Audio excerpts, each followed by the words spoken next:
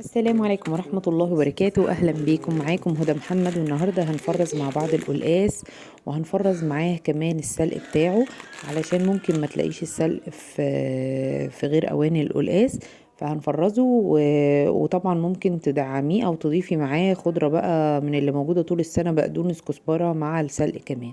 زي ما انتوا شايفين كده الكمية دي ان شاء الله هتقضي لي ال3 اكياس اللي انا فرزتهم. يلا بينا نسمي ونصلي على الرسول ونشوف هنعمل الوصفة بتاعتنا ازاي.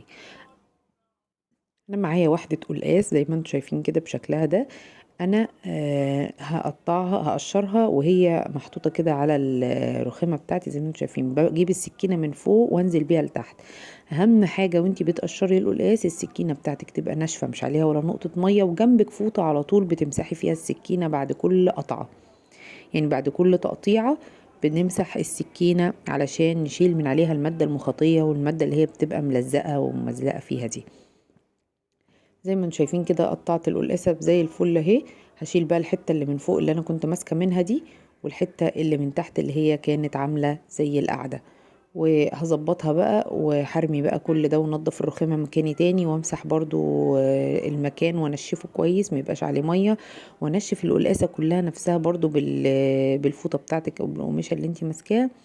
والمهم زي ما انتم شايفين كده تبقى نظيفة وزي الفل.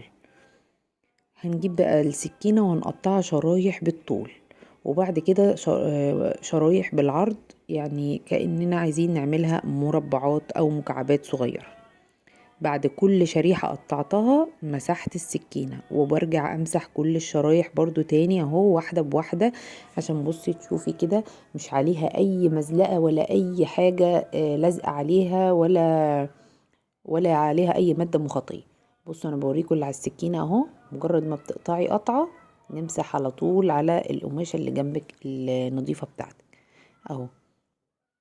هنقطع كلها مربعات قد بعضها ونمسح السكينة ونكمل الكمية كلها. بعد ما قطعت كل شوية بقطعهم برضو بنشفهم تاني، وهنقلهم بقى في علبة نظيفة لغاية ما اخلص كل الكمية بالشكل اللي انتوا شفتوه ده. هجيب بقى عصير ليمونة كبير واعصر عليها ليمونة كبيرة.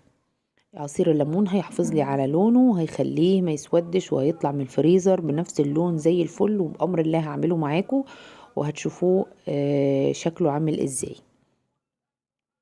هعصر الليمون كويس عليه وهقلبه تاني واديله تقليبة كده كويس علشان خاطر الليمون يوصل لكل المكعبات بتاعة القلقاس. طبعا القلقاس حلو جدا ومفيد جدا، وتقدري يعني لو ولادك ما بياكلوهوش يعني قولي لهم بطاطس، يعني مش هيفرقوا بينه وبين البطاطس، بصراحة بيبقى طعمه حلو وجميل قوي. بيتعمل طبعا بالخضرة او بالسلق، وبيتعمل كمان بالطماطم، الناس بتعمله بصلصة طماطم عادي زي الخضار العادي. فاي ما كان يحلو لك الطريقة اعملي بيه. احنا عملنا القلقاس اهو فرزناه، وانتي اعمليه بالطريقة اللي انتي عايزاها او اللي بتحبيها. هبدأ اكيسه بقى زي ما انتم شايفين كده. الكمية بتاعتي دي القلاسة عملت لي 3 اكياس حلوين قوي، يقضوا الكيس يقضي وجبة. فبحطه في الكيس كده وبفرده كويس، وبتني الكيس نصين واقفل على كده واجمده وهو بالشكل ده عشان ياخد شكل البلاطة. هبدأ بقى اجيب السلق بتاعي ده شكل السلق بيبقى عود طويل كده وعليه الورقة بتاعته كبيرة كده. هشيل الورق من على العيدان زي ما انتم شايفين كده، ومش عايزه العيدان، انا هاخد الورق فقط هغسله واحطه في المصفى وانشفه، وبعد كده هضربه في الكبه، يعني اقطعه كويس جدا او اقطعيه بسكينه رفيع قوي لغايه ما يديك النتيجه اللي انت شايفاها دي. بعد كده هنجيب معلقه كبيره من الدهنه. انا ما عندي برطمان دهنه، دي دهنه مسيحاها تمام. هاخد منها معلقه بتدي طعم حلو قوي قوي للقلقاس، وفي نفس الوقت في تفريز السلق بتبقى طعمها جميل. هحط عليها معلقتين كبار من الزيت، ولما الدهنه تسيح هنزل بالخضره بتاعتي، هديها تشويحه كده بتاع تقليبه، يعني بتاع دقيقه او دقيقتين مش اكتر من كده. هتلاقيها شربت كده، بصوا شربت كل السوائل بتاعتها. في الفريزر برضو يكون مفرود كده علشان برضو يعمل زي البلاطه كده، هسيبها يعني تبرد يطلع وبعد مجمد. يا كده دوب هتكسري هحطها الثلاث في اكياس كيس تحطي من الباقي في اكياس كيس تاني التلاجة، وتدخليه وهعمل فيها الفريزر حظوظ تاني كده يكمل تجميده. يا بظهر رب يكون السكينة الفيديو عجبكم واستفدتوا منه. اللي هو انا قسمتها سلام 3 قطع بالطول و3 قطع بالعرض، بحيث ان كل اكلة او كل كيس هاخد له 3 مكعبات من السلق ده.